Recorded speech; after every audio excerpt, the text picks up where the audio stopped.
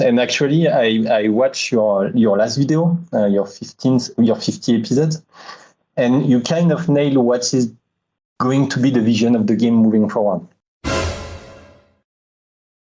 Well, this is a first. Recently, we had the pleasure of sitting down with none other than Arnaud Ragot, game director of Riders Republic. We got to talk with him about Steep, the transition over to Riders Republic, community content and developer interactions, replay mode, and what's next for the game. But before we start, we want to give a huge shout out to our community manager, UB Shizzy, for setting this up. Without further ado, here's our interview with Arnaud. Well, Arnaud, thank you very much for joining us, sitting down with us today. Before we get started with the game questions, can we just quickly go over, tell everyone a little bit about what the game director is responsible for on a title? Yeah, thank you for having me. So as the game director of Riders Republic, I kind of oversee everything that will end up being a player experience. So from the content we are delivering, from the experience of the season, from the new sports we are adding, from the evolution of the world. So I'm working with many experts in the team to shape all of this together, but I have this overarching role in the team.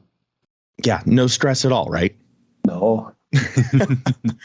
We heard a lot. I'm going to jump back to 2017. We actually met in person in Ubisoft Annecy before the Road to the Olympic DLC for Steep. And back then we had a little bit of discussion on what the future of Steep was going to look like. We didn't know Steep 2, Steep whatever, Riders Republic. No names were thrown out, but we did know that there was a future for the title. And back then we heard a lot of scaling Steep as an idea, but ultimately Riders Republic kind of went in a different direction than what was initially planned. So what finally helped shape that idea of what Riders Republic turned out to be today? I think it's the convergence of many elements back then. So 5 years ago, when we met together, obviously, we were all hard on making Steep richer and better games, and we had this passion for the game. We had the passion for the sport, for the outdoors, and we wanted to continue this legacy over time. So, as video game developer, then we have the opportunity to work on what's next regarding this genre and this experience. So I won't lie, Steep 2 has been there, but it evolve also over time because we are a creative team. We are also looking at any opportunity from the industry, from the hardware. The new consoles were coming, PC were getting stronger and more powerful. And we looked into that and we wanted to explore something bigger. And it was not just about being a rider alone in the like huge mountain. We wanted to push that further, and what if we could share all these crazy moments all together? And in this vision of sharing these moments all together, that lead us to what Riders Republic is today, and obviously on the way we have discovered mountain bike and other sports. So all of this convergence of ideas lead to where we are today. Very cool. So I guess when working on both of those games, what were some of the lessons that you and the team learned from making Steep and its life cycle that helped shape Riders Republic? I think one thing that was really important is we knew from the beginning that the game has to live past the launch day. So it's not just releasing the game and then going away on something else. It was releasing the game and making live as long as we can. And this is something we discovered the hard way on Steep because we weren't really planned for that, even if we added many things over time. But for Riders Republic, we knew it from the beginning that we wanted the game to be live, to have seasons, to provide new sports, new exotics. So from the beginning, we were ready for that. And when we launched the game, we kind of have the first year ready to roll. And so for us, it was not just about delivering a unique game experience at launch, but also planning it, thinking about it, what it will be in 1 year, in 2 years, in potentially 5 years, we don't know. but it's really the lesson we learned from Steep. Cool. So speaking of that, like year one plan and getting the game out, you just celebrated year one. It's post-release. Do you feel like the team's still on pace where you wanted to be by the end of year one when you were first planning way back? I think yes. Honestly, yes. We delivered everything we planned. It has been a bumpy road, let's say, because it's many things we created have been planned for months before the launch. So when the train is rolling, you can't stop it. And even at some point, we would have loved to stop it and take a bit of step back and think about what we are doing. But now that we are 1 year after the launch, now that we have delivered everything we planned for the first year, we can now focus really on what we think matters and make sure we can work with you, with the community, to make sure we can make Riders Republic an even greater game moving forward. But and we are taking a bit of step back and breath. It's because it's been a really intense year. Yeah, that the year one rollout plan was absolutely shot in the knee with the pandemic. But how much of the pandemic delay, because the game did push just a little bit, how much of that was core building that you still had left to do before release, or was that just final polishing that you wanted, take the time, get it right, and let's get this game out? Was it a mad dash to the end to finish core fundamentals of the game, or was that kind of just a longer polish period? I think it was a longer polish period. There was two reasons. Also, we wanted to make sure the game lands at the correct time with the obviously the highest quality we can deliver, but also, as I said, we needed to be ready also to be live. So we could have potentially shipped the game earlier, but then we would have struggled to deliver new content over time. So we tried to find, with this pandemic, with the new organization that was impacted by this, the right moment for the game to be released.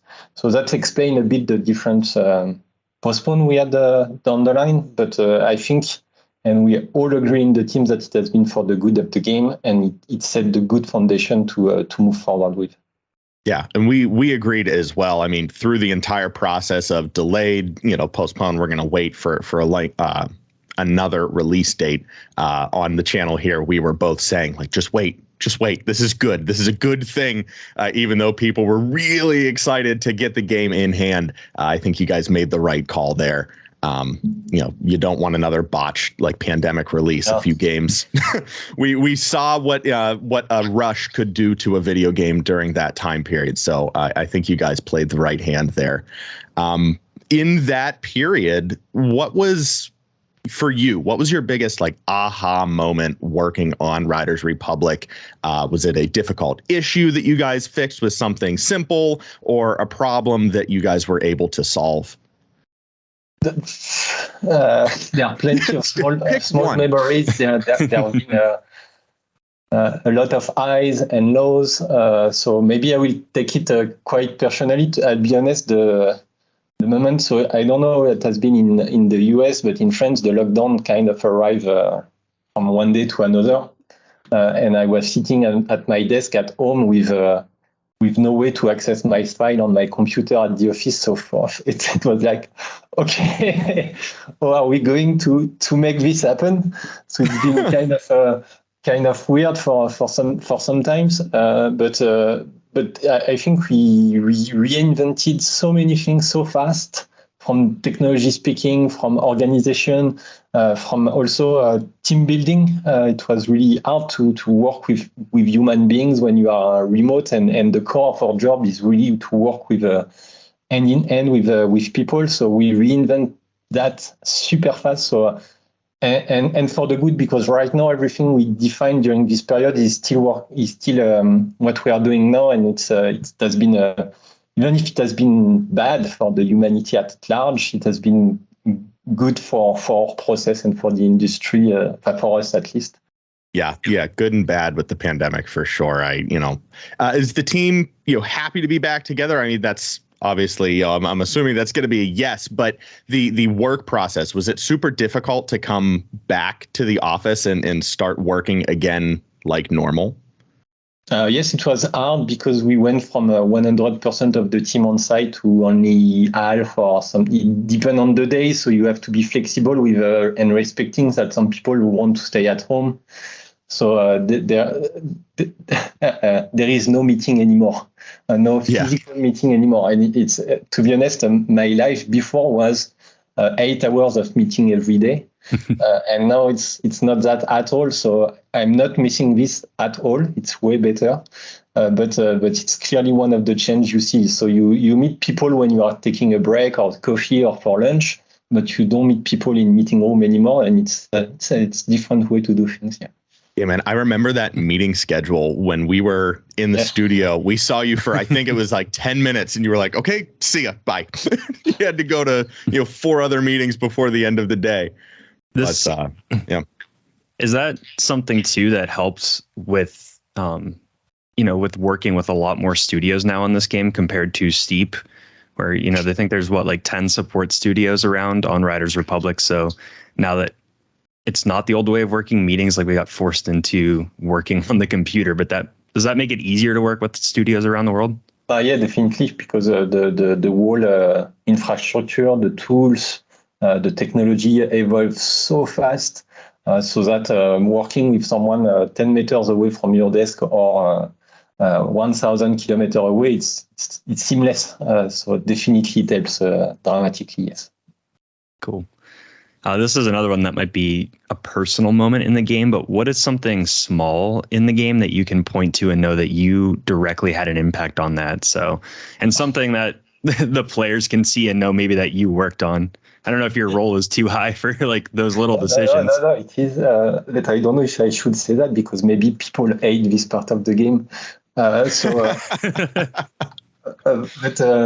at some points, we were struggling with the production of so what we call the side objective on the event. So you have 3 small missions for each of the events. So I've done them all because we had no one to take care of that. So I had that's a bit of free time. So it was during the Christmas period and the first. So I did that. So it's my small contribution to the experience. And I hope people love them because. Yeah, I could see how that one would be divisive. That's not a small thing in the game. That's a pretty big fundamental aspect of the gameplay.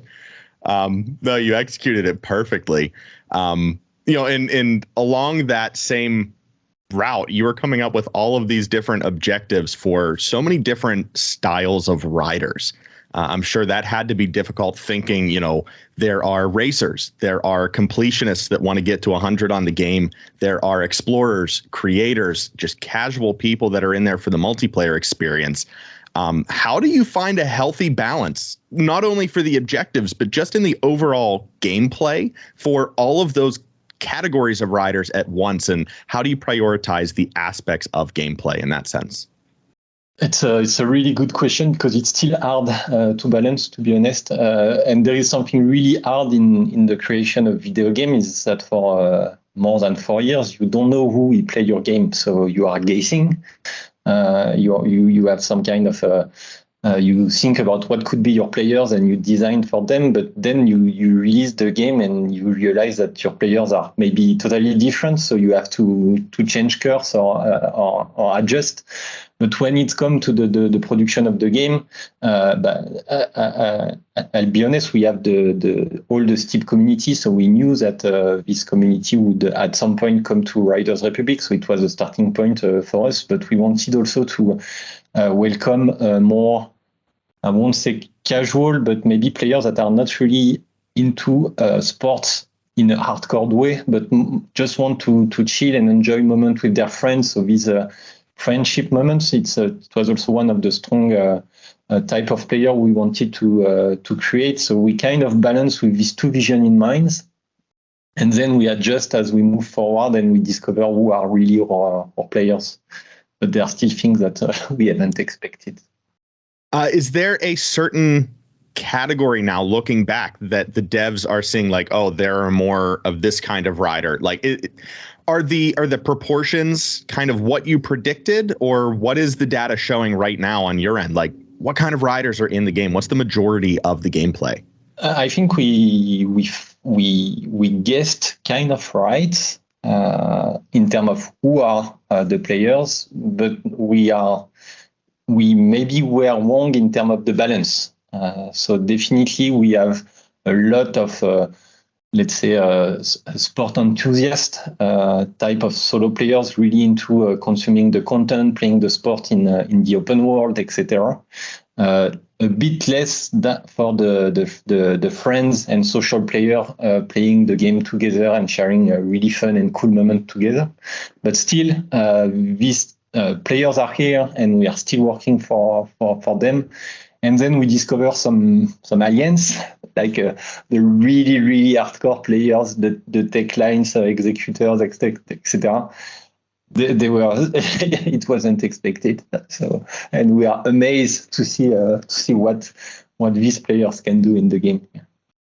Yeah, touching on that, then, how often does the community content get spread around the office or around the team? Every day. When there is something cool, it's shared. It's shared super quickly. I'll be honest. We spend. We are not saying hi, but we are on the social networks, Reddit, and stuff like that every day. So yeah, it's hard. We kind of never miss the gems, hopefully. So okay. Community content is getting spread around every single day. We just heard it from the game director himself. That means you've heard of Nick and Mitch Radio. There's a running joke on our channel that we have been asking for a radio station in Riders Republic where the two of us can voice it. So if you've seen that, you've heard that. I'm expecting that email to come through in the next couple of weeks. So I'm sure we'll be talking about that. I take notes, but yeah, it's definitely a fit. It would be great. I heard a maybe in there. But getting back to a harder question, maybe. I would be remiss if we didn't ask about the status of a replay mode or a director mode. Community content is wonderful as it is right now, but there are still a lot of members who are looking back on Steep and, how that, that content capture was displayed for us there and presented that way. Is it something that the developers want or are looking into as much as the community wants it? And I understand this is a touch point, so answer how you can. So I discovered this morning that the community really wants it. No, I'm kidding. Yeah, just now. Because what I'm saying is going to be really, I think we'll have a lot of impact, but we know about it and we are working on it, definitely. And I will stop it just to talk about the why it matters for us. And actually, I watched your last video, your 50 episodes, and you kind of nail what is going to be the vision of the game moving forward. So we want to give the keys kind of to the players, to the community, so that they can create. And by creating, they will entertain the rest of the community, either with videos or with content. And our job moving forward is just to provide new toys, new sports, new things to mess with and to create with. And obviously, saying that, part of it is this tool to let the really creative person to create super fancy video, for sure. And we want to do that. There is high expectation about it because it was there in Steep, and many players have created so many crazy stuff with Steep about it. But there is a but, and it's our own problem, not the problem of the players. I understand, but it's not the same technology, and it's really complicated. So we are working on it. We are looking into how can we achieve this type of tools, but I could not commit to any date right now. It won't be in the short term because it's a really strong technology topic. But we want to make it as part of this promise of giving the tools for players to express their creativity and to be also to entertain the community. So let's get in touch about it, but we are looking into it for sure. No, I think that was the best case answer that either one of us could hope for, and I hope everyone watching, listening is happy with that as well. That wasn't just a no, it's not going to happen. It's, it's difficult. And we totally understand that this is not a copy paste scenario from Steep into Riders. So we look forward to what that looks like in the future. Near, far, it's coming, maybe. But I must admit that we have been impressed by the creativity of our players to find ways to still create amazing videos with what we provide so far. So it's really amazing. For creators, it's amazing. The one I think of, I just want to know if you've seen it since you've been on Reddit and all of that, where some of the riders are using the ability to watch their ghost do an event to film the replay of them, to film like a third person view behind. So they'll do their tricks and then watch their ghost do it. Yeah, no, when we discovered that just... Yeah. Has to take hours for them to do. For sure, I guess. Something that we hear a lot from the community, and I just don't think it's super clear to them. Can you explain a little bit the process of the community feedback reaching the developers? Because a lot of times players just think they say something and it's being ignored, but both of us have worked in larger companies and we know that it's often several to dozens of people that feedback has to flow through and decisions to be made. So there is, we have a team in charge of interacting with the community and gathering their feedbacks, and we have really frequent reports of the feedbacks with the priority, with the amount of feedback sent. So I will be transparent. We are gathering a lot of feedback every week, every month. So we are making sure to be aware of what the community is wishing and what are the issues they are facing. Maybe it's a bit. I will give you just a small case to explain the process, but.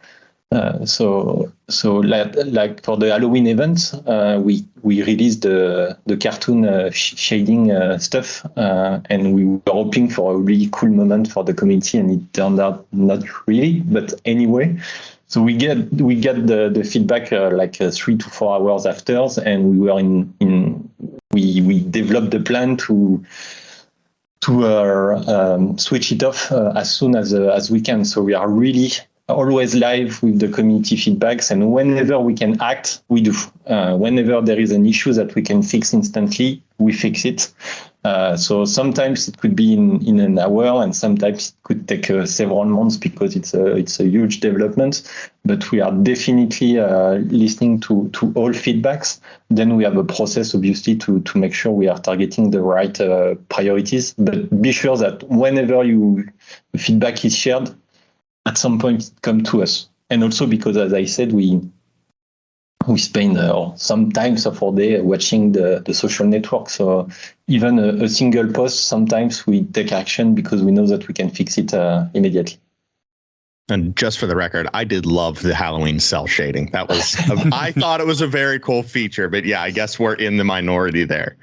We did run a survey. We actually just finished running a survey. We did this back in Steep as well, but it was just a community question of, predictions for year 2 of Riders Republic. We had the full season pass plan from year 1 laid out, and we asked our community to come back and build their own 4 seasons of things that they wanted to see. Main focuses, funky sports, other main objectives that were tackled in the season. So with that just being concluded and wrapped up, is there anything that you could share with us about what Winter Wonderland is going to look like to kick off the next year of Riders Republic? Anything that might be hot for the channel? So I will try to share a bit without revealing too much, but hopefully you will have a really official news quite soon. So with the recent community update, we announced Winter Wonderland. We announced also season 6, and I can say we have season 7 and 8 in the pipe already. But so with Winter Wonderland, we want to come back to the snow, to try to focus a bit back the experience to the snow skis, but also to all the snow toy and vehicles we have in the game. So the snowmobile, the snow skate. So I've seen in your videos that you are scared about the strong focus on bike. So don't be scared. We are coming back to snow. Good.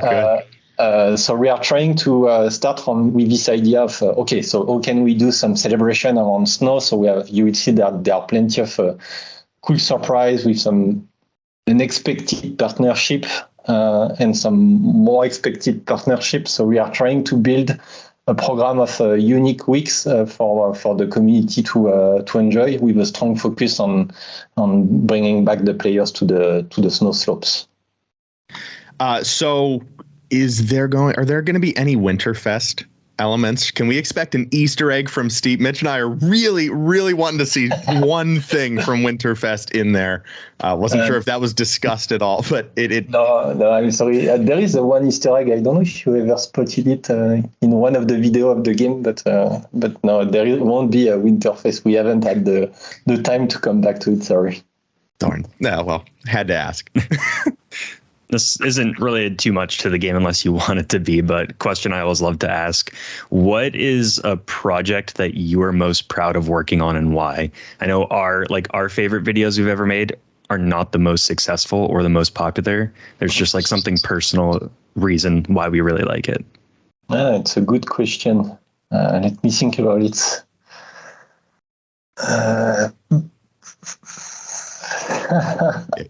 Yeah, you have. It's not like you've just done one or two games like Tom Clancy, Trials, Men in Black, Assassin's Creed, Steep. You're all over the place. I'll be honest. I think the best memories are on Steep and Riders Republic, but not for the same reason. I think.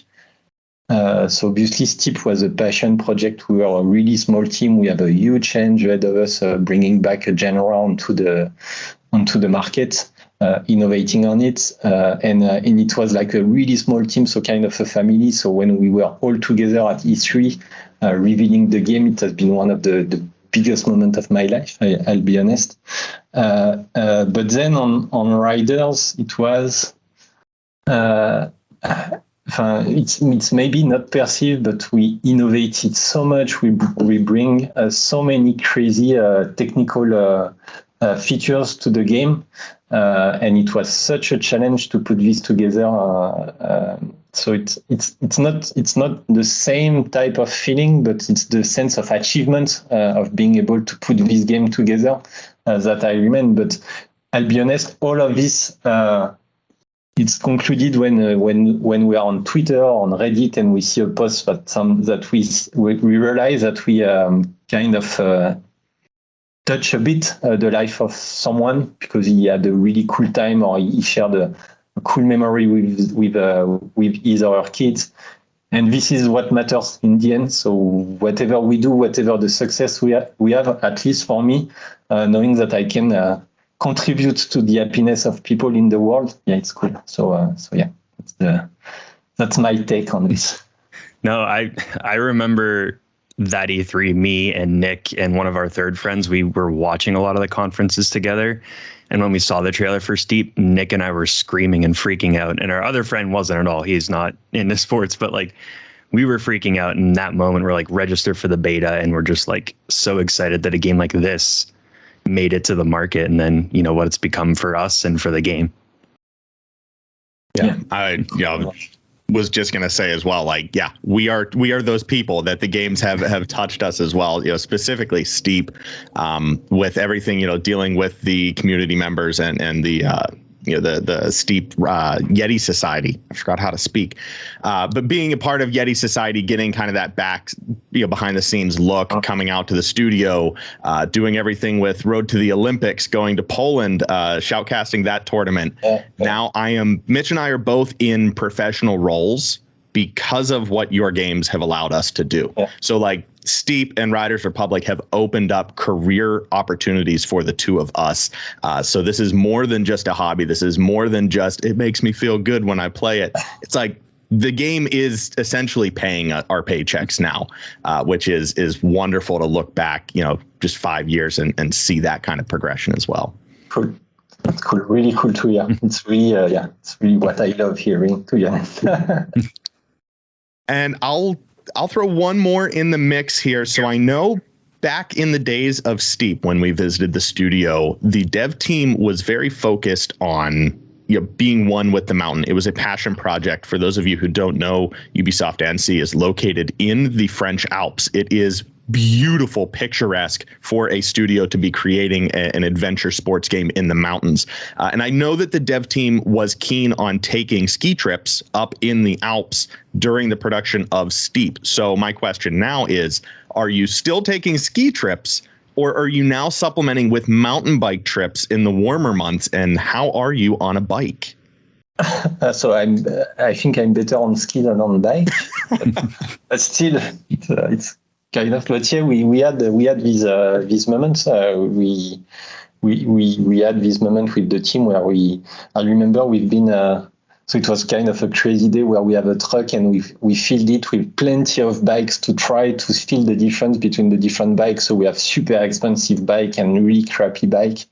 We had all these cool moments where we experimented with bikes, but definitely we try to keep this gathering moment, and we have bike park nearby. We have a world-class competition nearby also, so we are trying to cultivate this aspect also. So it's a reason why also we have been into the mountain bike scene for the game. I love that. Yeah, it's a blast. And I can't wait to check out that park next time we're out at the studio. Yeah. Arnaud, thank you so much for joining us again. This was a blast to sit down. We asked for a community developer. We asked for somebody, and they gave us the guy. So thank you very much for taking time out of your busy day to sit down with the two of us. I was super happy to be with you. It was a really cool moment. Thank you very much for having me. And is there... Thank you. Is there anything last minute that you want to let the community know, or gonna end it there? Now, once again, share your feedbacks. It matters a lot to us, and we are listening to everything. So keep going and keep creating so amazing content. To be honest, it's so entertaining for us to watch them every day. So keep going. Arnaud, thank you very much again. Hopefully, we will see you very, very soon. Thank you. See you soon. Bye. Well, there you have it. Once again, we'd love to thank Arnaud for his time and Shizzy for organizing this amazing sit down. Yeah, and you heard it from the man himself. The devs are listening to us, so we'd love to hear your thoughts about this interview in the comments down below. Be sure to like and subscribe to the channel to stay up to date on all things Riders Republic. You can join us next Wednesday at 9 a.m. Eastern for yet another episode of the Riders Report. You can also check out our competition series in Riders Republic, the Tartiflette Games. I'm Nick. And I'm Mitch. And we'll see yins on the slopes.